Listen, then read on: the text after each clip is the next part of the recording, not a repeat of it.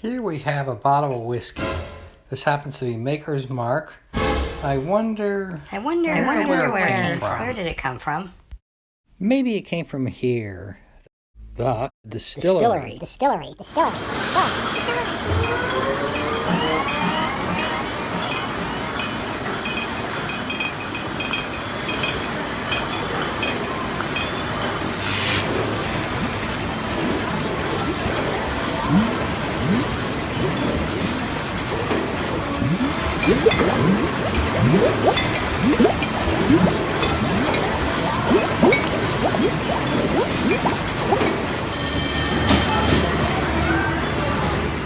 And it all happens here in this beautiful park-like Kentucky setting, just so that when you're thirsty, you can come and drink your lunch.